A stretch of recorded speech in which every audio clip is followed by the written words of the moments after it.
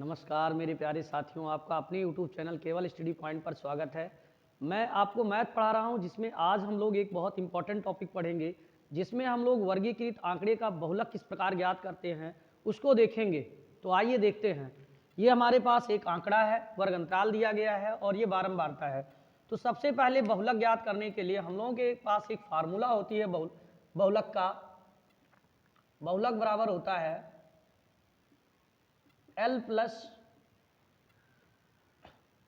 F1 minus F0 बटा 2F1 minus F0 minus F2 गुणे H। तो जैसा कि हम लोग फार्मूले को देख रहे हैं, इस फार्मूले की सहायता से हम लोग वर्गीकृत आंकड़ों का बहुलक बड़े आसानी से ज्ञात कर लेंगे। तो इसके लिए सबसे पहले हम लोगों को यल चाहिए। तो यल क्या है? जो बहुलक वर्ग होती है उसकी निम्न सीमा होती है। F1 क्या है? बहुलक वर्ग की बारंबारता है। और F0 क्या है? बहुलक वर्ग से ठीक पहले वाले वर्ग की बारंबारता है। और F2 क्या है? बहुलक वर्ग के ठीक बाद वाले वर्ग की बारंबारता। H क्या है? वर्गमाप।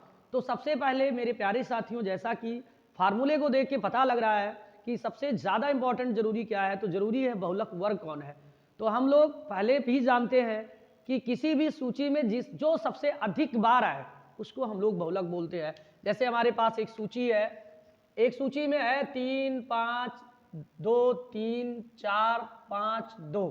तो सबसे ज़्यादा कौन इसमें दिख रहा है? हम लोगों को 3 दिख रहा है।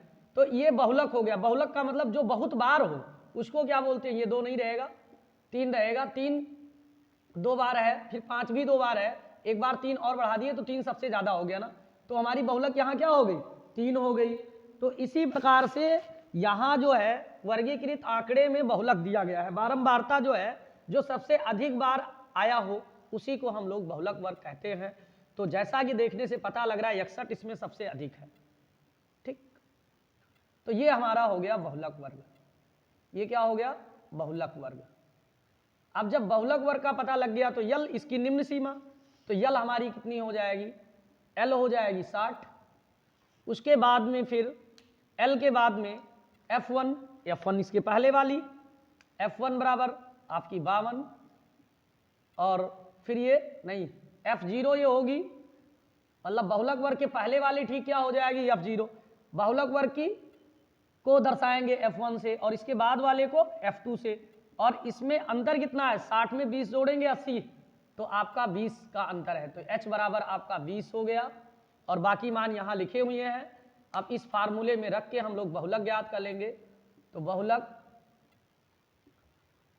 बराबर, चलो यहाँ लिख लेते हैं,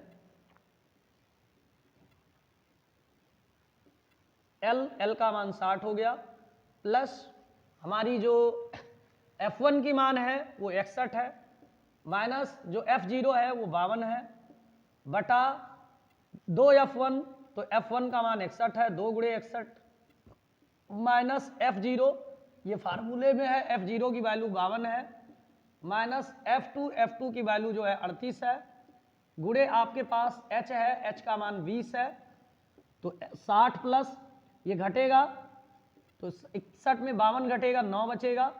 उसके बाद में 61 दूना 60 दूना 120, 122, और ये 52 और 38 जोड़ेंगे तो 8 2 10 5 3 8 1 9, 90 हो जाएगा, गुणे 20 होगा। ये 60 प्लस 9 रहेगा, 122 में 90 घटेगा 32, गुणे 20, 4 से घटेगा, 4 पंचे 20 और 4 8 32, तो 9 बचे 45। 60 प्लस 45 बटा 8।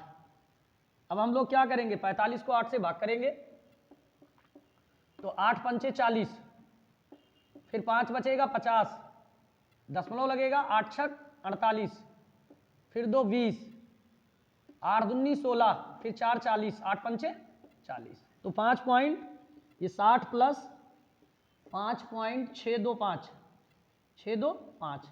अब दोनों जोड़ लेंगे तो 60 5 65.625, ये हमारा बहुलक हुआ।